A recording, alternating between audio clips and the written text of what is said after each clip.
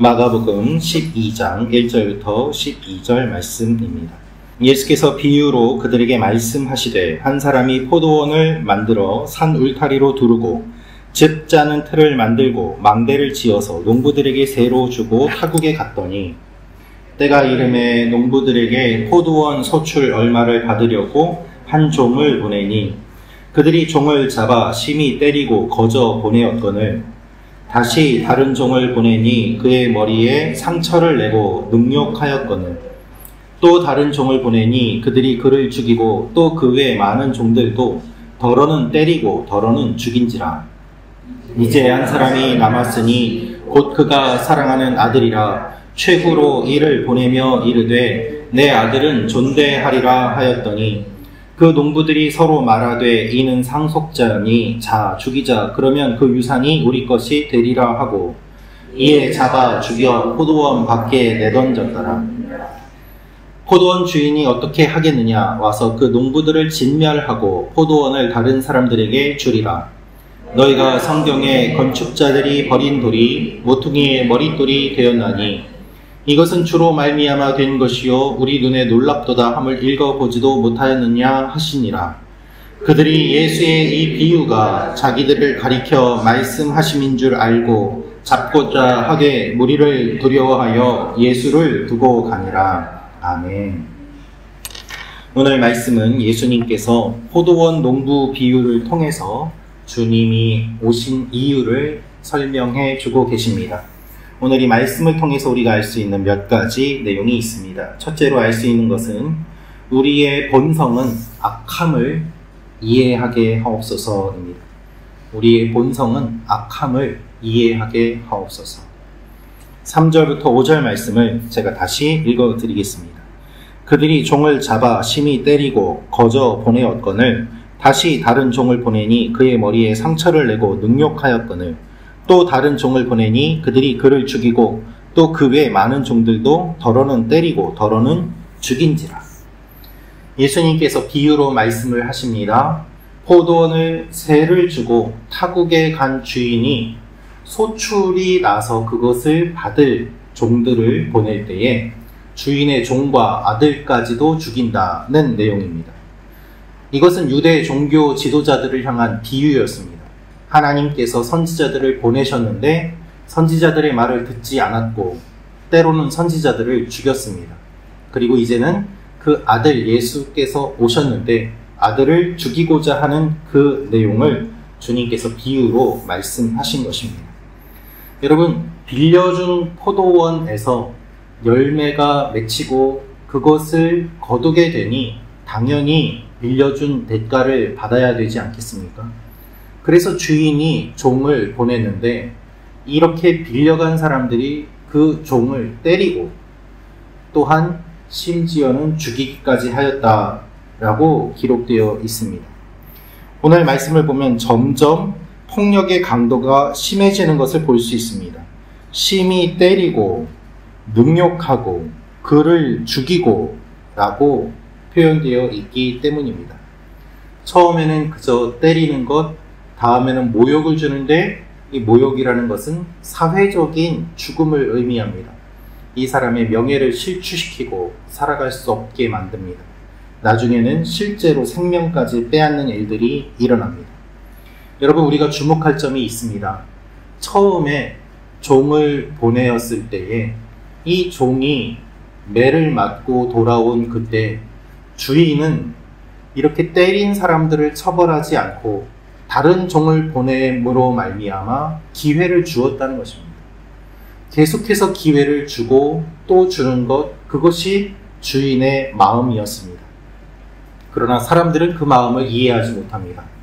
오히려 그 마음을 악용하여서 계속해서 보내는 그 종들을 심지어는 죽이기까지 하는 일들이 일어나는 것입니다. 여러분, 이것이 우리의 본성입니다. 하나님은 우리에게 기회를 주십니다. 그러나 우리의 본성은 악하여서 이 하나님의 기회를 통하여 회개하는 것이 아니라 점점 더 악한 일을 심하게 합니다.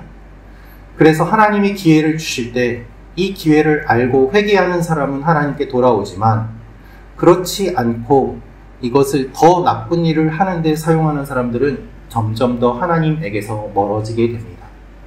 하나님은 오늘도 우리에게 기회를 주십니다. 오늘 하루라는 기회를 주시고 말씀을 듣게 하는 기회를 주시고 기도하는 기회를 주십니다. 이 기회를 우리가 선용해야 하는 것입니다. 주님의 은혜가 아니면 우리의 본성이 자꾸 드러납니다. 우리는 모두 다 악한 존재입니다. 여러분도 저도 홀로 있을 때 내 마음속에 얼마나 악한 생각과 마음과 계획이 많이 일어나는지 우리 스스로가 잘 알고 있지 않습니까? 그렇지 않은 척해도 사실은 다 감추고 있는 나의 본성들이 있는 것이죠. 주님의 은혜로 계속해서 나의 본성을 누르지 않으면 튀어나오게 되어 있습니다. 그래서 바울처럼 우리는 날마다 죽고 주님이 우리 안에서 살아야 됨을 고백해야 하는 것입니다. 우리의 본성은 하나님을 싫어합니다. 이 새벽에 나오신 여러분들은 그 본성을 거스르고 하나님을 사랑해서 나오신 분들입니다. 그러므로 하나님께서 기뻐하시는 존재가 되는 것이죠. 이 아침에 하나님께서 불러주셨음을 기억하고 주님 앞에 나아가는 여러분과 제가 되기를 원합니다. 두 번째로 알 수 있는 것은 우리는 주인의 아들을 죽였습니다 라는 것입니다. 우리는 주인의 아들을 죽였습니다. 6절에서 8절 말씀 읽어드리겠습니다.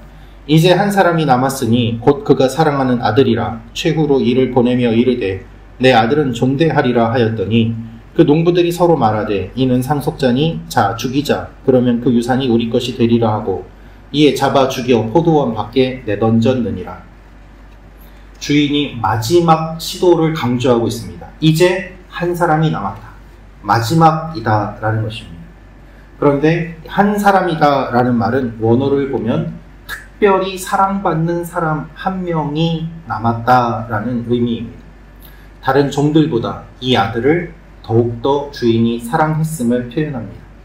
본문에서 이야기하고 있는 이 사랑하는 아들이라는 것은 독생자 예수 그리스도를 상징합니다.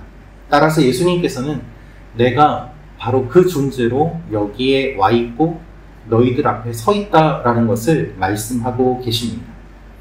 종들을 그렇게 죽였는데 아들을 보내는 이 아버지의 마음, 주인의 마음은 편했을까요? 그렇지 않았을 겁니다. 그럼에도 일말의 희망을 가지고 내 아들만큼은 잘 대해주겠지라는 그 마음으로 아들을 보내는 것입니다. 여러분, 이것이 하나님의 마음입니다. 그러나 종들은 어떻게 반응을 합니까? 이 아들을 죽이면 그 유산이 우리 것이 될 것이다 라고 생각을 합니다. 주인이 유산을 줄 생각도 안 하는데 이들은 주인의 것을 다 탐하면서 아들까지도 죽이려고 계획을 세운 것입니다. 얼마나 마음이 악합니까?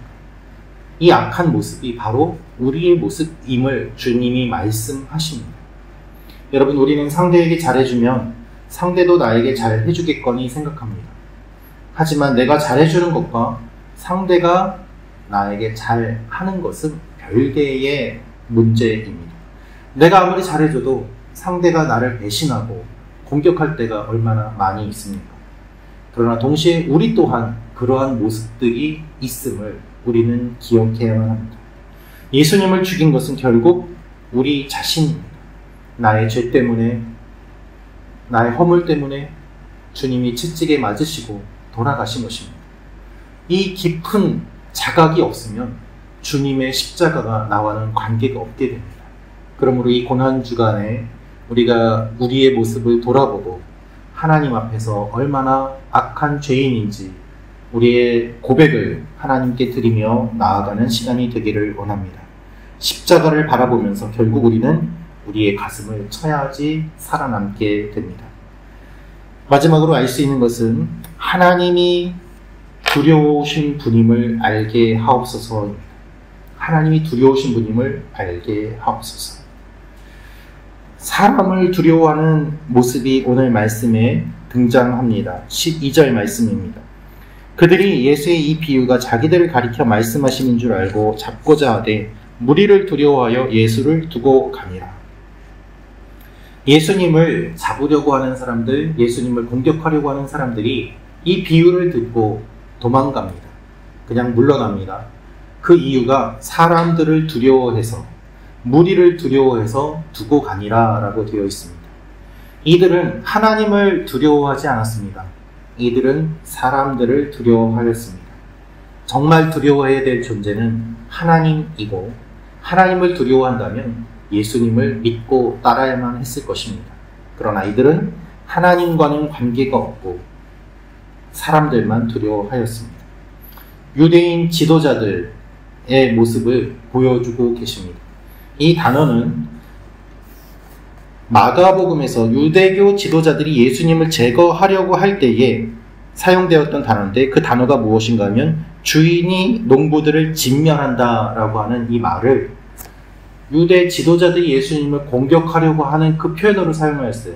예수님께서 의도적으로 이 표현을 사용하심으로 말미암아 너희가 나를 죽이려고 하지만 하늘 아버지께서는 오히려 그 표현 그대로 너희들을 진멸할 것이다. 주님이 이 말씀을 하십니다. 그래서 사람들은 예수님을 잡으려고 하였지만, 자기들을 가리켜 말씀하신 것을 알고 예수님을 잡으려고 하였지만 사람들을 두려워해서 그냥 떠나갑니다. 여러분, 우리는 살면서 무엇을 두려워하고 있습니까? 하나님을 두려워합니까? 아니면 사람들을 두려워합니까? 무리를 두려워하는 사람들이 있습니다. 여론을 두려워하는 사람들이 있습니다. 그러나 진리는 사람의 수에 따라 결정되는 것이 아닙니다. 진리는 한 사람이 외쳐도 진리입니다. 우리는 진리이신 예수 그리스도를 믿습니다. 그래서 성도의 수가 아무리 작아도 이 진리는 살아서 생명력이 있고 역사하는 것입니다. 우리는 진리를 품은 사람들입니다.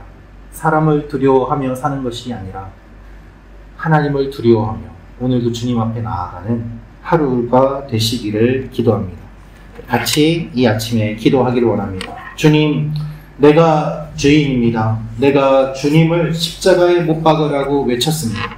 내가 사람을 두려워합니다. 주여 나를 불쌍히 여겨 주옵소서.